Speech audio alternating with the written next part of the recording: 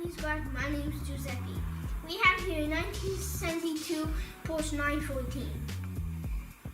It just came in for restoration. The paint is pretty old. It was hid in front and it has no body on it. It is a mid-engine car.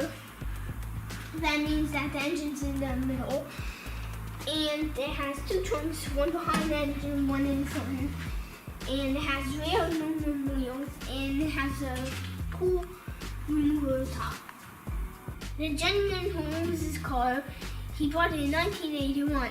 He's been driving it all these years. He's retired now. He wants to restore it right. Let's walk around to see what cool shape this car has.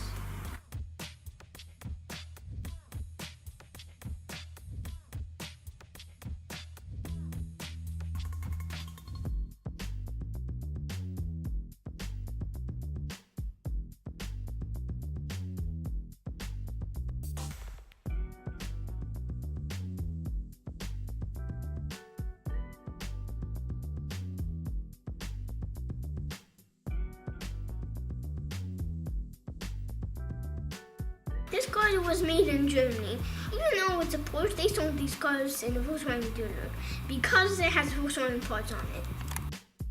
Find me on YouTube, Facebook, or Instagram.